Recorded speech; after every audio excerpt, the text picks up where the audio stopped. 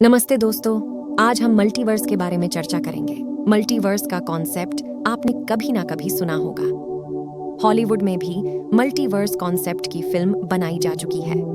इसी संदर्भ में मैं रामायण की एक घटना बताती हूँ, जब विष्णु के अवतार राम जी ने हनुमान जी को वासुकी के पास अपनी अंगूठी लेने भेजा। तो हुआ ये कि हनुमान जी राम के बहुत बड़े भक्त थे, हमेशा राम के पास रहना चाहते थे, लेकिन ये संभव नहीं था।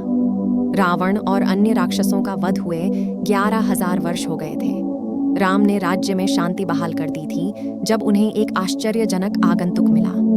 एक दूत राम को यह बताने आया कि उसका समय पृथ्वी छोड़कर वैकुंठ लौटने का आ गया है, जो विष्णु का निवास है। विडंबना यह है कि मृत्यु के देवता यम स्वयं हनुमान से डरते थे। उन्होंने राम के महल के द्वारों में प्रवेश करने का प्रयास करने की हिम्मत नहीं की, यह अच्छी तरह से जानते हुए कि वे हनुमान द्वारा संरक्षित थे। तब राम ने हनुमान का ध्यान भटकने के लिए अपने सोने की अंगूठी एक गड्ढे में गिरा दी और हनुमान को आदेश दिया। भगवान राम का आदेश सुनकर हनुमान जी ने अपना छोटा आकार किया और पृथ्वी के अंदर चले गए उनकी अंगूठी ढूंढने। जब वो धरती के अंदर गए तो वासुकी जी से उनकी मुलाकात हुई। हनुमान ने वासुकी जी से पूछा, आपने राम की अंगूठी देखी क्या? राम जी ने यही गिराया था। तब वासुकी जी ने बताया, भगवान राम ने फिर आपको यहाँ भेज दिया।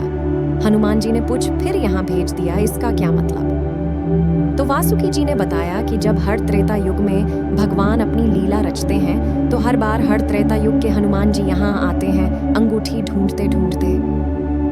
महाराज, अगर अभी भी आपको बात समझ में नहीं आ रही है, तो वहाँ अंगूठियों का पहाड़ है, आप जाकर देख लीजिए।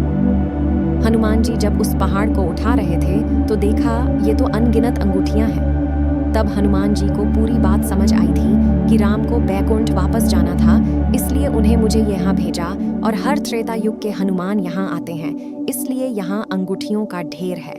तो ये था मल्टीवर्स का कॉन्सेप्ट हमारे ग्रंथों से। हमारे ग्रंथों में मल्टीवर्स का और भी कॉन्सेप्ट है। इसके लिए इसका दूसरा भाग अवश्य देखें और हमारे चैनल को सब्सक्राइब करें